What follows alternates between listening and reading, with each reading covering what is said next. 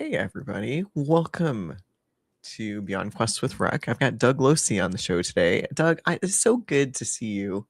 I can't wait to dig in to Elsewhere and talk about your series. So welcome back. Thank you. I am ecstatic to be here. I wouldn't want to Yeah, be anywhere else.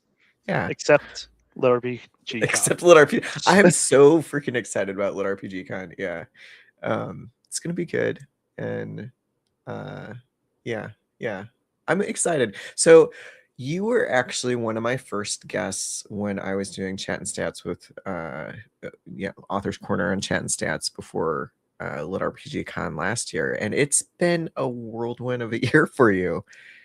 Hey KL. A book or two. Yeah, a book or two or six, I think I was talking to like Jason Willis and Tommy. Like we did kind of like a recap of all the people that had been on the show last year, and it's been wild. And this is my potentially new cat, the stray that we brought in. Eli. You say potentially like there's any chance you're letting that beast go. I know. Yeah. I mean, like so once you're inside, you're kind of your family. My daughter is maybe making a play for him, so that's maybe the only reason he might not stay in the family. Yeah, exactly. Like whether you're my grand cat or my cat. Yeah. So this is actually the first time he's been in my office, so we'll see. The shenanigans might ensue. But yeah, exploring for sure. You guys get a treat. Okay. So you were one of the OG authors. When I interviewed you last year, you had one book out, and it was just Elsewhere 1. And I've got it up on my shelf behind me. I think I picked it up at Lit RPG Con or right after Lit RPG Con. Yeah, and your book 6 comes out on July 15th. How does that feel? Right. Book 6 is an exciting piece for me, but it's also heartbreaking because it is the end of the series. So exciting to finally get it out there and get everyone into all the fun, interesting things I've written there. Yeah. I mean, but it's also I'm letting it go. Yes, we're gonna dig into that in a little bit because I like Tommy has reached the end of his series too. Like he's got his book 6 is it, and I think there's got to be like triumph, but also grieving that's going on. Like we're gonna dig into those emotions here. Yeah. Well, for those of you who haven't read Elsewhere, you need to pick it up. I'm going to give like a little bit of like my experience with it. So I read book 1 last year, and then I've read book 2 and 3 and prep for this interview, and 4 and 5 and 6 are still in my TBR. I will admit this. I had intended to read all the way through book 5 for the interview, and I'd forgotten what chunks you write, Doug.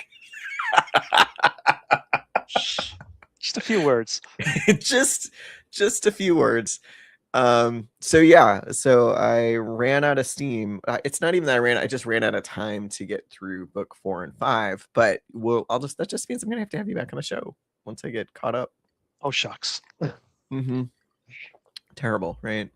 But your story starts out in book 1. You've got this fighter pilot whose plane crashes and he gets isekai'd into the new world. His call sign is Duke. I don't actually remember his real name because he goes by Duke in the story. Yeah. There's maybe this go ahead. His real name is Andy Ellington. So his nickname became Duke in the Air Force. There you go. They always choose your call sign for you. You don't get to choose it yourself. Yeah. And there's this ongoing joke about he introduces himself as Duke, and they're like, "Oh, you're a Duke?" And he's like, "No, my name is Duke." It's the whole thing. But he comes in and he's a bit of a system breaker. He earns new skills by observing other people using skills, basically, and he also gains a lot more attribute points than normal people in the world. So he levels up quite dramatically and hits the ground running in book 1. Book 1 was interesting because I felt like I was like, okay, this is going to be like like an isekai adventure novel, and then he ends up in this like arena setting. I'm like, oh, so it's going to be like a fight for your life arena. Nope, he gets like adjusts, and he's like a mage apprentice. Like there's different like tropes that you kind of hit, and so as you're reading book one, it's like, oh, what kind of book is this going to be? And when we had that first interview, I gave you a lot of credit, and I stand by this. Is you had a really unique dungeon run where he, I don't know, uses. I don't want to give too much away, but it was very unique setup for a dungeon run that ended up being, a big part of that book one. And yeah, it bounced around a lot or a little bit, hitting all these little satisfying genre nuggets for us. Book two kind of continues that trend a little bit. Like what I thought was going to be the climax of book two ends up being like the first third of the book.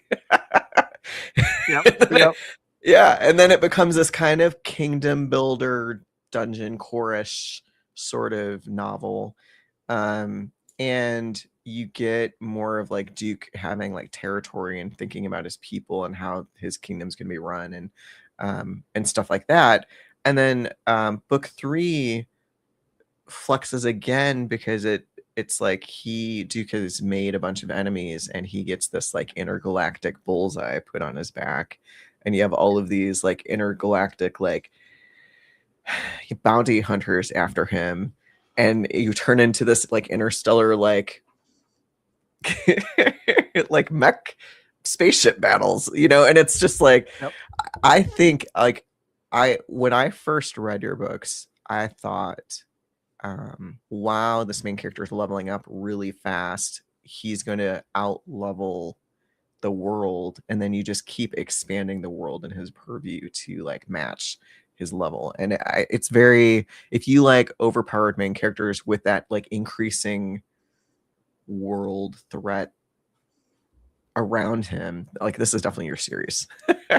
So I don't know. Did I do it justice? I want you to talk about what we should expect in 4, 5, and 6, because even I'm like, Ooh. at the end of book 3, and I'm like, well, where, like you set up a few nuggets at the end of book 3, but I'm still like, how do you have 3 more books worth of like leveling up to go? So tell us, Doug. All right. So there's a couple of ways to answer this question. I'll do the background way first. The system is built on tiers.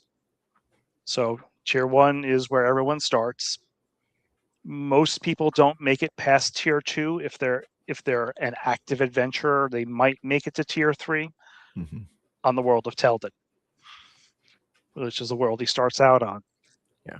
As you move out into the larger cosmic world, you're going to run into higher tiers. You're going to get into tiers that are above tier 10, and that above tier 10 starts the immortal tiers. So tiers where you stop aging. You essentially are immortal until you get killed. Immortal does not mean invincible. It just means longevity wise, you're not going to Yep. turn into an old man. And yeah. And there are definitely power levels involved in becoming an immortal. There's a trial to get to transcend mortal life into immortal. The survival rate is extremely low. It's under 5%, depending on situation, probably under 1%. So most don't even try. Beyond the immortal tiers, This probability would not stop Duke, though. I mean, he's he's the main character. Of course, he's gonna right. Yeah. he's gonna continue on, right? Of course. But the ultimate tier is basically above 20, where you have the entities, and they're the beings of essentially absolute power. They all have their own bailiwick, and within that bailiwick, they're essentially supreme. So you can call them the gods, but they're beyond what you would call god power. So that's the background of the tiers and level kind of thing. As Duke's power grows, he's interacting with different tiers, different levels of individuals. You can go all the way back to book 1, where the two individuals who brought Duke to Teldin, they are entities. Mm-hmm. So he starts off dealing with the top tier cosmic powers. And somewhere all along the line, he makes them a little annoyed at him. A little is maybe an understatement. Yeah. Hence the intergalactic bullseye on his back, right? Yes, a cosmic bounty is the result. Mm-hmm. And eventually that will resolve, but there's far more beyond that. And there are opponents who are far beyond anything you've seen through book 3. Mm-hmm. Yeah. Yeah, it's I mean, if you like big stakes reading, I mean, this is it's just it's like the you want to see somebody challenge the gods. This is the this is the story Yeah. for you, right? Yeah. He just goes, keeps upping the threat there.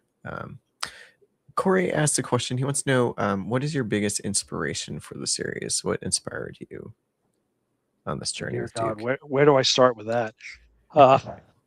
I've been reading forever, and as you can tell, I'm not a young boy anymore. um, I started reading lit RPG back in, I don't know, 2015, 2016. So, and there was at the time there were very few series, and I devoured them, and I Mm-hmm. devoured the next series. Oh, new author, new series, devoured that too. So I started off as a super fan, you know, reading everything, loving everything, and all of that plus sci-fi over the years, fantasy over the years, it all comes together. And there are tropes that just from reading thousands upon thousands of books have all filtered into my subconscious, some of it into my consciousness, but mostly into my subconscious, and they pop up as I'm writing because I am largely a discovery writer. I have an idea of where I'm going. I set my milestones on, okay, I do have to hit this point, but how I'm going to get there? Well, we're going to see where the character is going to take us. And sometimes they take me in directions I was not planning at all, and it's a fun tangent. Mm-hmm. Mm-hmm. Yeah. Yeah. It's you can kind of see that in your writing a little bit, like in that first book where it's like, is it gonna go arena or is it gonna go this or that? But I mean, what comes through is that you're having fun and like the whole story is fun. Um, do you ever wish that you had started writing back in 2015 when you first started reading lit RPG? I sometimes have that wish of like, oh man, I wish I just picked up the keyboard back then. Well, from some aspects, yes. From some aspects, no. I think it was harder to self-publish back then because no one knew what they were doing, and Yeah. they had to figure it out as they were going. Um, not to say I didn't have to figure it all out on my own, but there were at least some people like said, "Hey, how did you do this? Oh, you do this. Oh, okay, cool. I know how to do that now." Yeah. But Now we've got you know, Discord there forums and stuff. Yeah. there are things I discovered on my own that I really should have found out before I got there. Things like how to work with ACX and actually get them to do a pre-order. There's Yes, you're actually the nothing one on that helped me with that, even though I there's didn't. nothing Yeah. on their website that tells you how to set up a pre-order. Hmm. You gotta like There's no email easy button Bob. to say this is the release day I'm targeting. Can we hit that? No, there's no button for that. Yeah. Yeah. So you learn a lot of things from a business standpoint. Oh, sure. If I had started in 2015, 2016, I would have been one of the one of the front runners, one of the OGs. Hmm. And most likely I would have built up a much larger audience much more quickly because there was a hunger, but there wasn't a lot of product. Yeah. Yeah. These days, there's a lot more products. We have a plethora of authors, so many that I can't keep up anymore as a reader. And Hmm. that is an annoyance for me because I want to read it all. Yeah, there is a lot. There's a little bit of a saturation with the market these days. It's harder to, it's not like you have every reader reading every lit RPG that's out there because you just physically can't. Um, Yeah, exactly. yeah. Yeah. It seems like this cat, literally, I've been sitting at my desk for the last 2 hours. He hasn't been in here at all. It's And that now that we're it's the live, feline vocal attraction. that's right. They That's hear you right. talking and say, "What are you talking about? Can I be part of that? Are you Yeah. calling me?" Can I? Can I? Gary says he's trying to read everybody's book, or at least listen to him. Right? Yeah, yeah. I feel that. I have also been trying to read everybody's book one at least, and yeah, there's just it's a lot. I don't know if anybody has seen the Dennis's list of all the books getting sold at Lit RPG Con, but it's literally like 400 books long. Wow. I went through and I was like, kind of.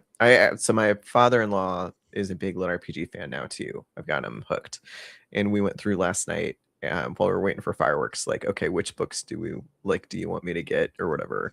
And yeah, it's a lot. It's a lot. I'm gonna need to It's a sell lot. some books to get some room in my car. Yeah, Okay. that is the plan. Yeah. So Doug, how would you like to folks to address you when they come up to you at con? Is it Doug? Is it Mr. Should we call you Duke? You call me Duke, I'm probably not going to notice. Yeah, fair, Doug, fair. Doug works fine, and it's what I've gone by forever. So Okay. there when I started on like Royal Road, I wrote under a pseudonym because I had no idea how this was going to go. Mm-hmm. When I decided to move to Amazon, I said, I'm not going to mess around with trying to set up the pseudonym and set up all social media around it. And I said, you know what, I'm just going to be me. Mm-hmm. And if that helps me, great. If it hurts me, sorry. Yeah, makes sense. Are you well, we should clarify too. Your last name, it's Lohse for those that pronounce. Yeah. Yeah. So it's taken us a while to to get that pronunciation proliferated across Lit RPG. But if you want to know how to spell Doug or how to say Doug's last name is Lohse. So The joke is it's not high C, it's low C. love it, love it. It's the only one that sticks in people's heads. Yeah. Corey wants to know if we're familiar with waves. What wave of Lit RPG do you guys think we are in? And I actually haven't. I don't know. Is that? Yeah, So if you tell us, Corey. What do you? if you consider the first wave, say the land, Amarelia, Dungeon Core, possibly into or Dungeonborn. even do you put the completionist chronicles into that first wave? They've carried on for so long since then. I don't know. That might have been the second wave. Yeah, I feel like Dungeonborn was wave 1, and completionist was maybe the next. Yeah, so you get like the Life in Exile or Life Reset. Mm-hmm. Yeah, or Ascend. No, Travis Bagwell's original. Awaken. Yeah, Awaken. Probably Ascend as well, right? Like yeah. Luke. And then you get the original System Apocalypse with Tao Wong. That might be the second. That might be in the second wave. Was the explosion of the apocalypse? Yeah, I feel like we're in like the third wave of Lit RPG. I feel like you've got like the OG folks, right? Yep. And even like KT, like Somnia was part of that, and like Carrie Summers, Stonehaven League, yep. the original, the original stuff. And then wave 2, I'd maybe put like the Wandering Inn in wave 2. It's like the genre took off a little bit, so you've got a bunch more voices coming in, but they're still like human voices. Right? And I feel like we're living in this like hellscape that's maybe wave 3 with like AI influence coming in, and the genre's exploded more. But I try to avoid talking about AI because it just makes me mad. Yeah. Because it's here and there's not a whole lot we can do about it. There's not much you can do about it. But I do feel like that's part of the conversation of like, what wave are we in? Like, this is a reality that authors are trying to deal with. It's like the post. It's also like the time period of like cons, right? We've got Lit RPG Con. We had the raid party at Dragon Con for a few years. Yep. Jordan Con, the presence of Jordan Con is like 3 years. I would put like that kind of third or fourth wave as like con as well. Like, it's weird in a way that because we've got this like AI resurgence, but we've also got these like human moments where we can come together as humans and talk to each other. So maybe we are in the fourth wave. So maybe the third wave was around 2020, the COVID time, when you had Guildify Con, and then you had things like Lit RP Under the Sea at Dragon Con, and now there's entire Lit RPG track at Jordan Con, and we now have Lit RPG Con. This is our second year, so maybe we are entering the fourth wave. Yeah. Corey says, you got it. And DCC is also part of this like wave 3, 4, like I would say DCC was maybe the beginnings of, or was part of wave 3 and has definitely this, DCC's shadow is over wave 4. Because we also have this like advent of trad published lit RPG, and us like as a genre getting into like Barnes and Nobles and like bookstores from through Athon's efforts and stuff. So you've got maybe more of a physical presence where it's hitting mainstream a little bit more. It's interesting because I interviewed Rhett and Jez at the Numbers Go Up Con. It's on YouTube, so you can still go see it if you go look for it. But one of the interesting things that Jez said is that his audience used to be like 99% men and like 1% women. And that's really changed over the last like 5 years, where he's almost like 50% women. And I think the readership of lit RPG is changing pretty significantly because, DCC hitting mainstream has brought in a whole different readership to the genre too. So yeah, even internationally, it's been interesting. As an indie author, you can actually see on Amazon where all your book sales are coming from, which is interesting. And I've seen a spike in India, of all places. That's crazy. Yeah, I'm like, there's like it's billion a huge people market. there. Yeah. I'd be okay with getting 10% of the market. That'd be okay. Yeah. Even 1% would probably set you up for life. Yes, I think that would be okay. Yeah. Gary says he sponsored Lit RPG Under the Sea, and that makes me laugh because I like, my thought is, okay, so Gary, you're the father of the wave 4 Lit RPG. Congratulations. Yeah. Well done, Gary. The in-person. Yeah, well done. Also, that bar tab had to suck if your sponsorship was open-ended. I do remember Lit RPG Under the Sea is where Dakota Kraut brought a box truck filled with books, and I helped unload it, set them up, and he just had authors signing them. He was signing them, and they were just giving them away, saying, "Here, you want a box? Here, have a box." Those were like the big Mountaindale press days too, right? Yeah.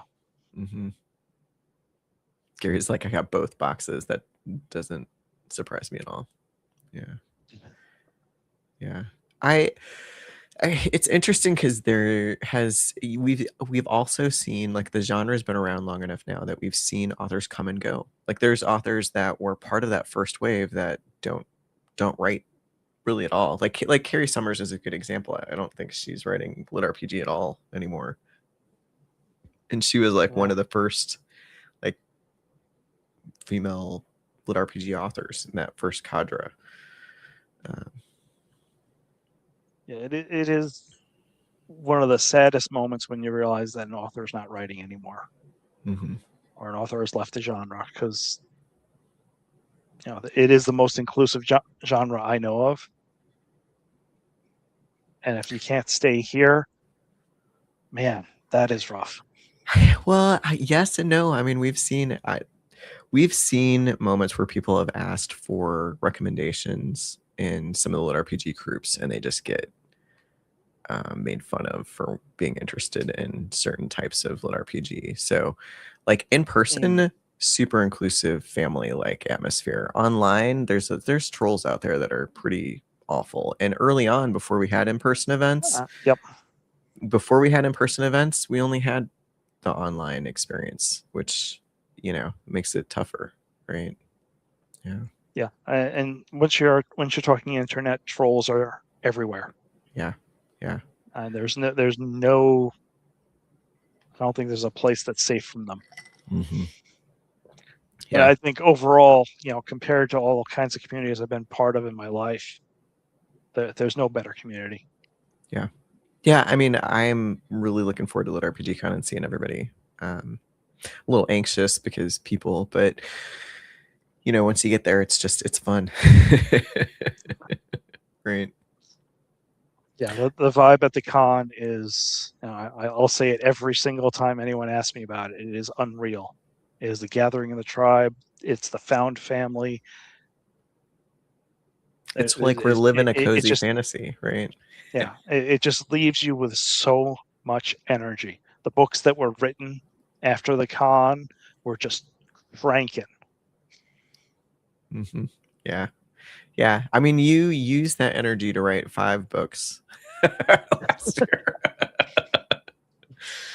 Pretty Yeah. close to it, yeah. Yeah. Yeah. Kale says trolls are going to troll, but I agree. This community is awesome. Yeah. Yeah. Absolutely. All right. Let's talk a little bit more about your book, and then we'll talk more about Lit RPG Con. But Sure. yeah. So you definitely went this like super overpowered route with Duke.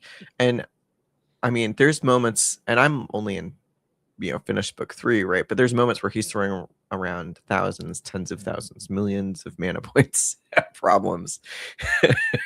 Does he get to billions by the end of the series? Honestly, I think at the end of book 6, he may be in the trillions. In the Troy, it wouldn't surprise me.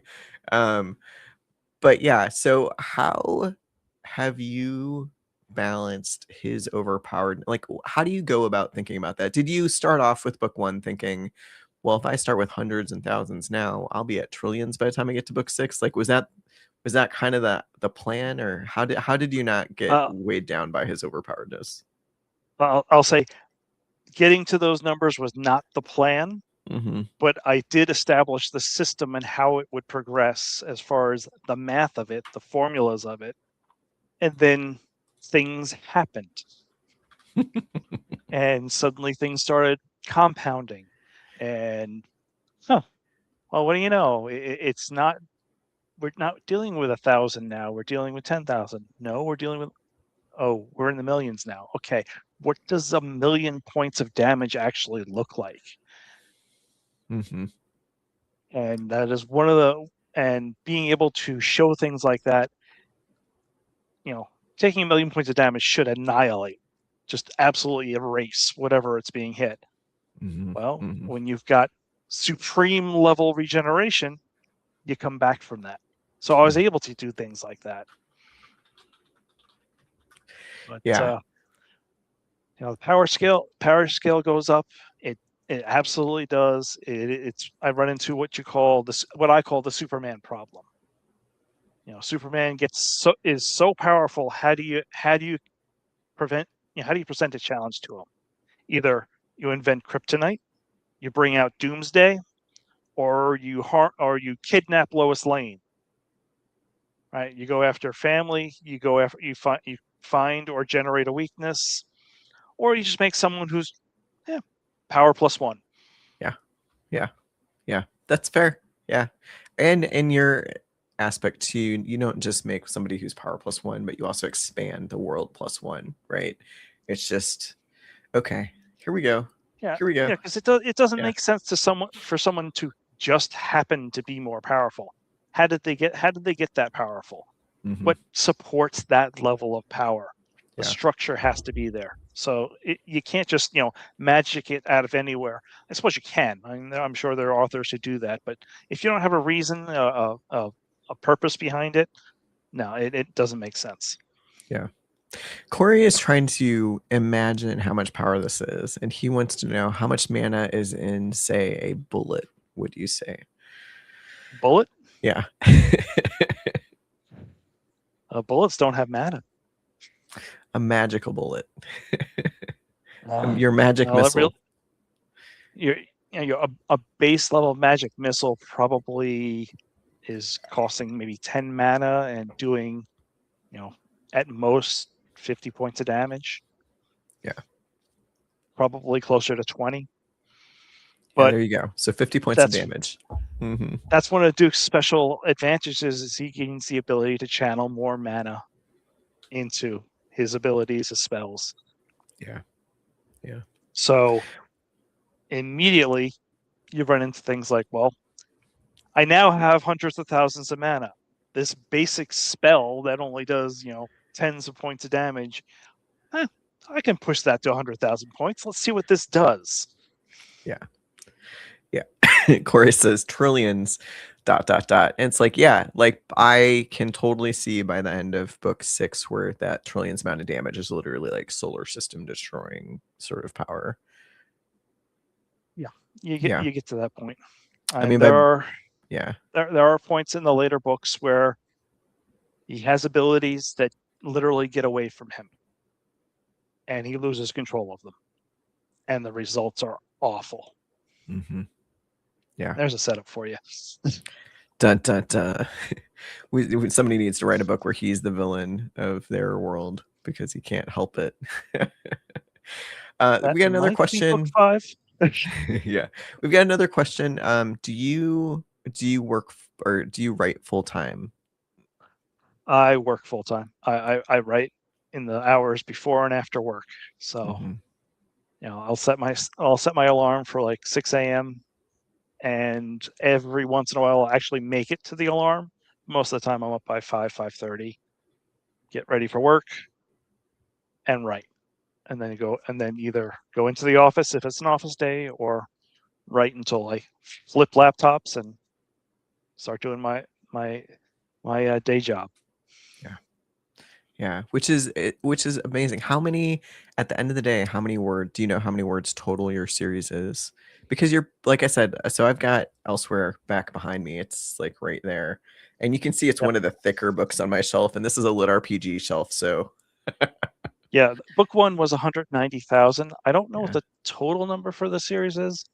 I just released an omnibus, so the first 3 books, and as soon as ACX finishes messing around with it, they will release the audiobook for all 3, so look for that.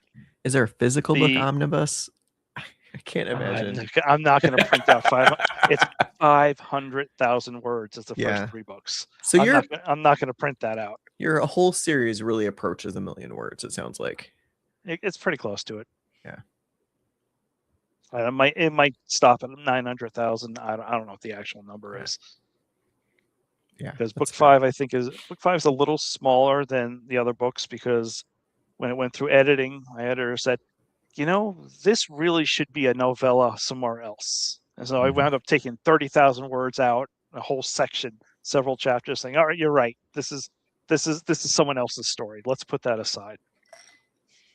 So what I'm hearing is you need like a couple novellas released post everything just to get you to 1,000,000 words. Like just novella it out. It's just Couple little side with the stories. omnibus, I did add some extra content, so maybe I'll do that again for the final wrap. Yeah, there you go.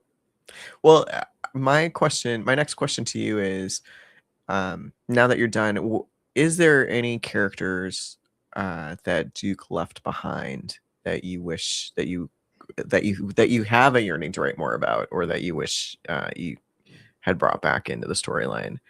Because part of the thing with this character is he levels up so significantly that he can't help but to leave people behind because Yep. he's a system breaker. So people that exist in the system just aren't going to follow him all the way through. When you yourself are a cosmic level threat, you can't bring planetary mid-level people along with you on that fight because they will just vanish. Yeah. They'll be gone before they get a chance to act.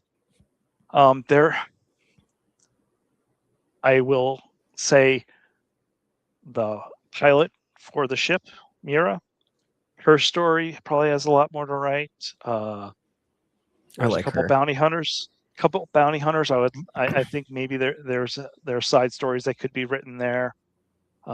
Even the clan that you know, the steel tusks. There's a lot that could be written there. Yeah, they're very Klingonish.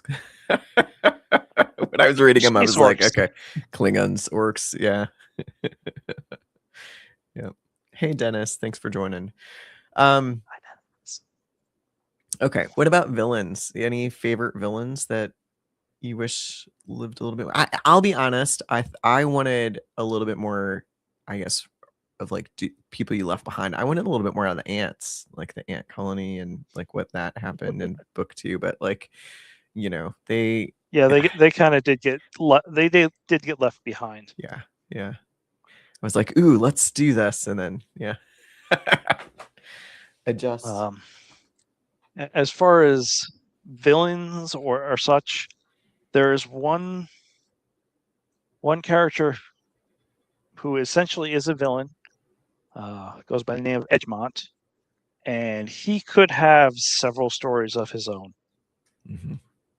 if he somehow manages to survive the rest of the series. The rest of it, yeah, yeah. Okay, all right, Edgemont, yeah. I we don't do this too much in the genre where you have this really core fantasy world and then it crosses over into this more science fiction space where spaceships, mechs, and mech combat happen. Yep. But it works. Like it works because of that like +1 to the world and the space that he's in. You can't contain Duke to a planet. Did you have any like concerns about making it more in that sci-fi? Do we get more? Like I said, I've only read through book 3. Do we get more mech combat? You do get some more mech combat. It doesn't become pure mech combat I would as the not. primary. No part of me was like, you know what, the rest of this series is going to be? It's going to be mech combat. I was not. You've learned my style. Yeah, yeah. But all right, I lost my train of thought. We do, I do go into sci-fi elements. It's still magic blended with sci-fi, so it's magitech. It's not pure magic. It's not pure technology. They blend. To me, that's a logical thing. When I think with my analyst brain, no matter how cool magic is, it always needs to expand into something to help people survive, change their lives, and that is the progression of technology. You're going to have, you get to flying carpets, all right? What's the difference between a flying carpet and a flying car? One's made out of metal and has a roof. Yeah. So either you're going to magic your way off the planet, or you're going to science your way off the planet, or you're going to find a way to blend the both to get an even better and more effective way to do it. So that's where my brain goes. Did I have a concern that it could possibly hurt me in the genre? Oh, sure. But I've never been one to say, "Oh, I've got to go this way because that's where the genre's going." Yeah, yeah. Like this is where my muse is taking me. That's where I'm going. Come along for the ride because it's going to be wild.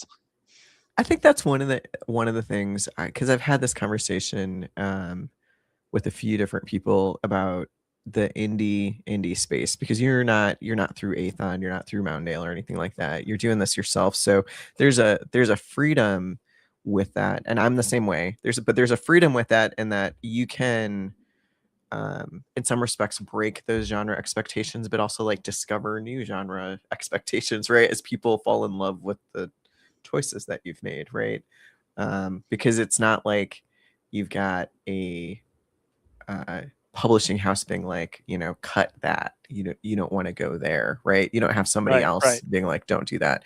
Now, maybe that hurts us in our sales a little bit here and there, but also I think that you don't necessarily like somebody's got to tromp down those paths, right?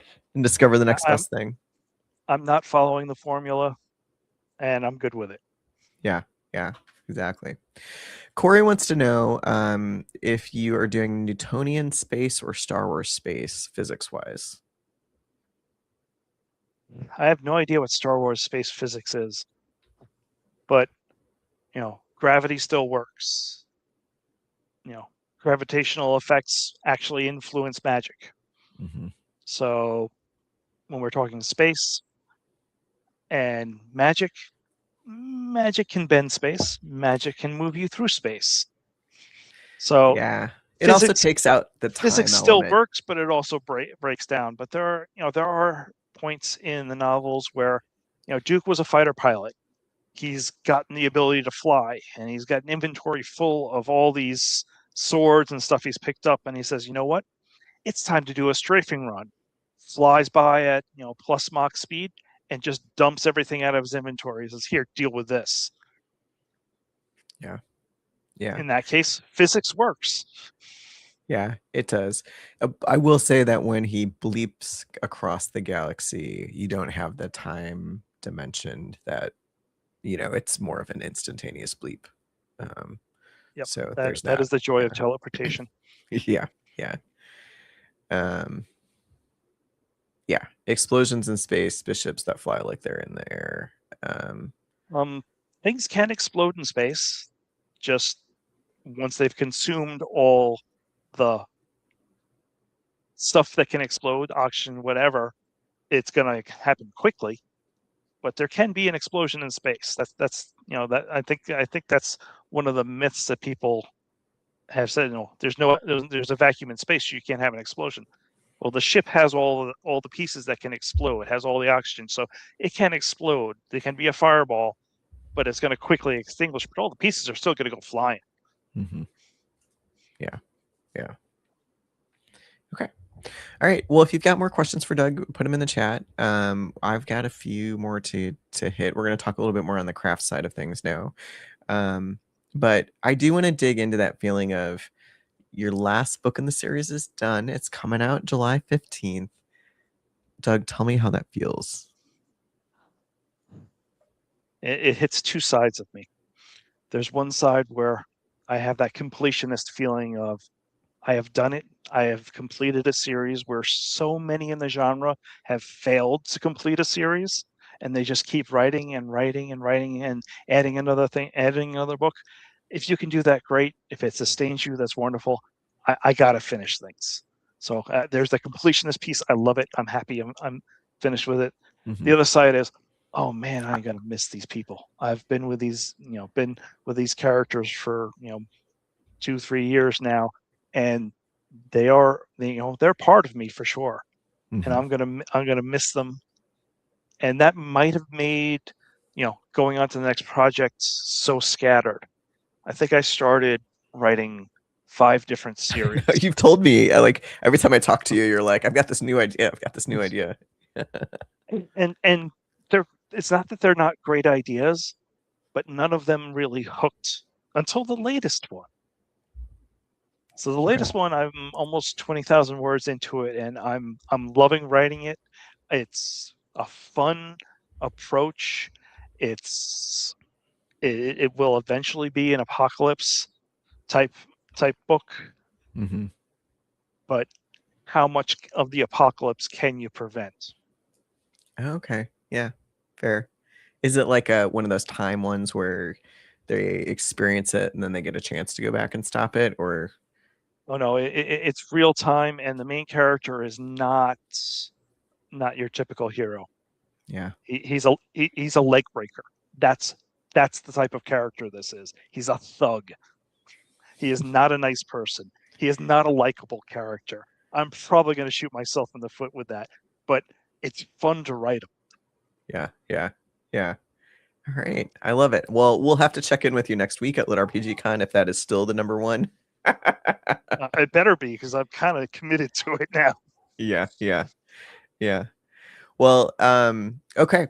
That was gonna be my next question was what's next for you, but it sounds like it's just, you got this like both like the joy of completion plus this like almost grieving the end of a Yes, story. the joy Yeah. and the remorse. Yeah.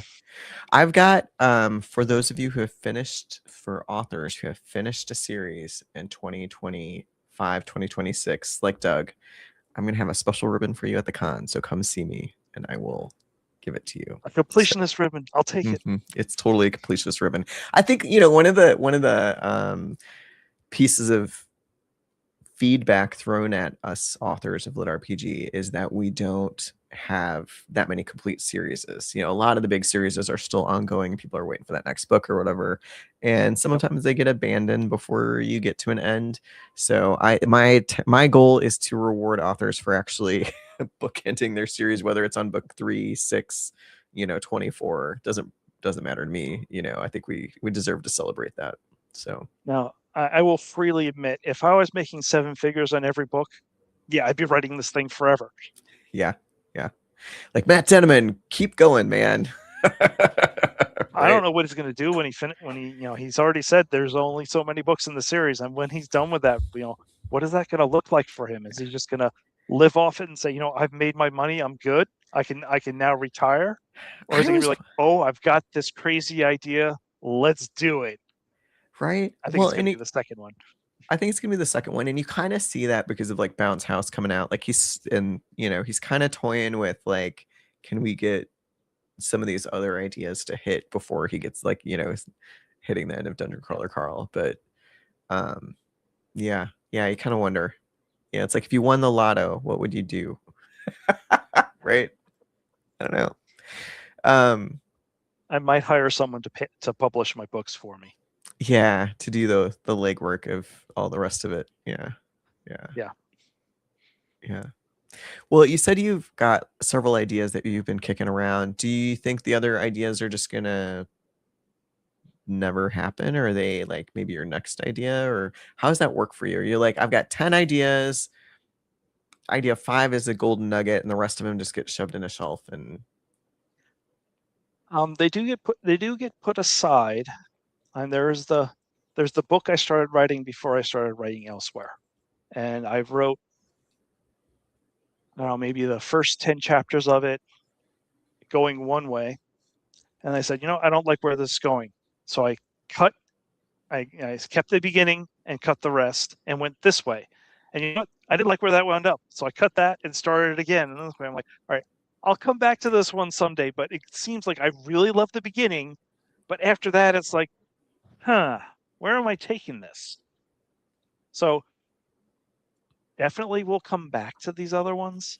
And I still, the one concepts I absolutely love, I'm going to come back to it. And maybe I come back to it when I'm an even better author and can mhm, pull off the things that I started writing and say, what, I can't get this to hit right. I'm not sure what to do here. And maybe I'll get better as an author and be able to hit those. yeah, Because as you write more, it's a skill. yeah, You you get get better better at at it. it.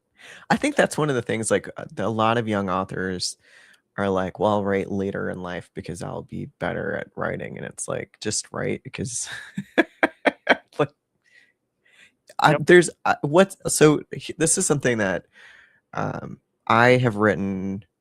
Stumbling Up 2 is my fifth book, and probably like more like my eighth or ninth because I've got some books that I haven't published. I've just kept them in the drawer, right? But it's my first book too. It's the first series I've really written, and I've encountered problems with my writing that as somebody who's written a bunch of books, I just never really thought about because I'd never written a series before. Um, what are some problems that you've encountered as you've gotten to book 2, 3, 5, 6 that you're like, oh, okay, I've leveled up because now now I have this problem that I didn't think about. The more characters you add, the more you have to dance your head around. So you've got to switch to your perspective to how is this character going to interact? How are they going to react to this scene? Even though it's your main character scene, but this side character is there, and how are they going to react to it? And there is one side character that I will admit that I forgot was in a couple scenes, and I had to go back and say, okay, how is she reacting to this? Yeah. And I'll have no problem playing a joke on myself later, saying, yeah, she was there. No one noticed her, and she did this while they were all doing this other thing. Uh-huh. Yeah. Yeah. The balancing of characters is fascinating because as your series goes on, like you do, I mean, there is like a limited unless you're head hopping, there's a limited amount of characters you can actually have in your like main character's party or around your main character. And I think it's interesting trying to make the decision of like, do you split the party? Do you kill somebody? Do you offload them with the, the sexy bartender at that one bar? Like how is the split happening? Because the balance of characters and scenes can become overwhelming. Yeah. And I do have characters leave the group, Mm-hmm. and some leave the group in better condition than others. Mm-hmm. Yeah.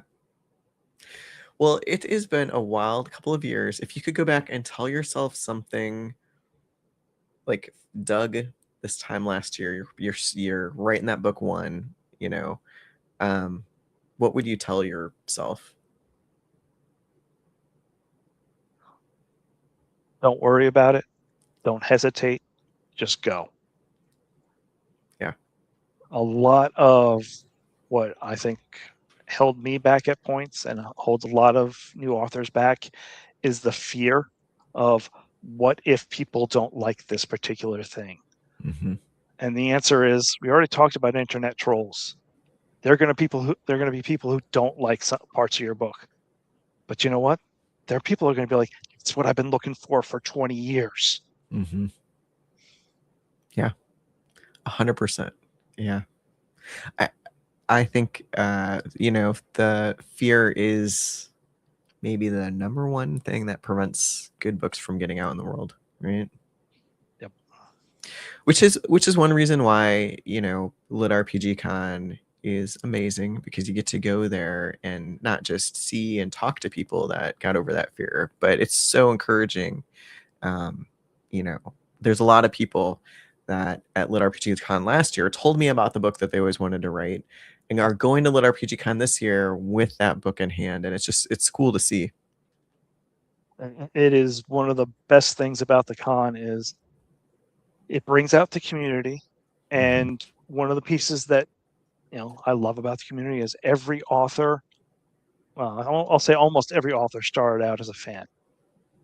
Yeah. And they are all willing to help someone get started because we want to read that book too. 100%. 100%. All right. If you've got any last questions for Doug, we're going to start the wrap up. We're almost at an hour, but bring your questions. Read elsewhere. The series is complete as of July 15th. So you don't have to think about waiting for another, couple months for book 7 or whatever. It'll be done. You'll get the bookended series. Trillions upon trillions of mana points will have been spent in these books. Yeah, I will say one thing. At Lit RPG Con, I am bringing 10 proof copies of book 6 to give out. Dun dun dun. That's exciting. I've got, we've been hitting the merch. The keychains are back, upgraded. Yep. Yeah, all kinds of things. I've got this big blue suitcase behind me that's filled with merch, and you know what? There's still more. So I've heard that you're completely packed as far as your suitcases, and you haven't put clothes in them yet. Pretty close. Yeah, I think clothes are going to be stuffed in the backpack and thrown in the at least the clean underwear. At least clean underwear. That's great. My wife makes all my con t-shirts, so I've got to have my full load out. Mm-hmm. Yeah. Last year you spent a bunch of time. You were part of like the Jay Krause, Sour Patch, Doug Lohse. Like you all hung out right in front of like registration in front of Colorado Ballroom. Do you think that you're going to have a spot that you're going to camp this year? I would love to say that I will, but I look at my schedule and I don't think I can do that. Yeah. I've got. Well, last year you weren't on a panel, right? I was not. I was just Okay. I was just an attendee. Yeah. This year you're gonna be busy. I've got a workshop, I think 4 panels, 3 gaming slots, a signing slot, plus dinners and other events that have been arranged. And I printed out my schedule. I'm like, this is 2 full pages long. How am I going to do all of this? So I had to highlight. Okay, you have to be at your panels. You've got to be at this slot, in Mount Yale to sign on Friday. But I want to do everything. I want to see everyone. Yeah. Yeah.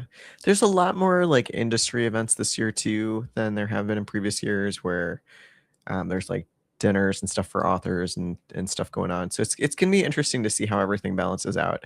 I still expect to see you in the LobbyCon though, in the after hours LobbyCon. So I'm staying at the hotel. I kind of have to be. mhm. Yeah, yeah, I may actually be more in the LobbyCon than I was last year.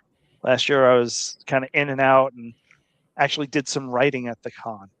That's not happening this year. You're not doing any writing at the con. I'm like frantically trying to get a couple more chapters done so I can have all my chapters worked out past Lit RPG Con, so I don't have to think about anything. Yeah, Well, that's the joy of not having a really active Patreon. that's true. Yeah, I don't you have don't have that to worry pressure of, about it. oh, I've got to release a chapter every week or or like when I was on Royal Road, I have to release that chapter every 48 hours at 6 a.m. Eastern time, like clockwork. Yeah, That's how I was doing it. yeah, yeah. That's fair. Well, what is your release schedule for? So, book 6 is out on July 15th. Yep. Are you expecting to get your new series, your first book out this year? Like, what does that look like for you? If I can maintain pace, it may be an October release. Okay. Okay, so you're but Doug the Machine. but you'll see how it goes. I really, really, really, really want to have, a 3-month cadence. Mm-hmm. If I can release a book every 90 days, I'm happy, but it gets hard. Yeah, yeah, yeah. I mean, and you're working full time, so it's not like, like those 5 a.m., 6 a.m. days are willpower. Yeah, I'm working full time, and one of my coworkers is about to go on maternity leave, so I'm picking up all of her stuff as well. So my hours for writing may reduce slightly. Yeah, yeah, yeah. Well, you're going to Lit RPG Con. Are there any other cons or events or book fairs or things that you're going to be at this year that you know of? Right now, nothing scheduled. I've gone to Dragon Con for many years, but I don't know if I'm going to make it this year. Mm-hmm. That'll if I don't, that's going to be hard on me because you know I I'll miss grew you. up Yeah, there in Lit RPG. yeah, yeah. Well, where you said you're not big on Patreon, you're not on Royal Road right now. What's the best like place to follow Doug Lohse to make sure that we're getting the latest updates? I'm all over Facebook because I'm gray, and I am on Discord. I will always be part of the con Discord. I've got Yeah, a few others that I have on. I do have my own, but I'm usually just posting things there occasionally, and every once in a while someone says hi. I'm like, hey, let's chat. But yeah, if you want to chat online, let's go for it. yeah. And I will say that Doug is part of the indie author book group. So the Rogue, I think the name is the Rogue Authors Guild. So we actually have a booth at the con. So you're gonna be able to pick up elsewhere at the con, get him to sign it. There'll be merch. He's gonna be walking around in elsewhere shirts. You're gonna be hard to miss. But if you're looking to pick up the book at the con, it will be there. So Yeah, yeah, there will be a lot of merch and even merch in the auction. Some yes, very special pieces that you really can't get anywhere else. that's exciting. Yeah, yes. I've also put some stumbling up. There's gonna be a Tuckerization in the auction. So um, yeah, yeah, it's gonna be a good auction this year, I think. And I think so. yeah, yeah. All right. If you had one book to add to Pop Pop's TBR, what would it be? I know you're a fan of the genre, I so I would add Apocalypse Breaker. okay. By Aaron That's Renfro and Sean Oswald, right? Yes, that's the one. It's a fun little series where I get my overpowered MC fix. Mm-hmm. Yeah, And love it. it's It's well written. It follows a good path, and I'm not gonna say it dovetails into Welcome to the Multiverse. I'm not gonna say it doesn't. Dun dun dun. So go check out Apocalypse Breaker by Anne Renfro and Sean Oswald. Um, so for the podcast, my next up is actually, let me just double check this for everybody. But I'm going to be at Lit RPG Con as well. It's going to be a lot of fun, you guys. I'm looking forward to it. I am going to be, I've got one more podcast before Lit RPG Con on the 7th, which is Tuesday. It's going to be with Stacy.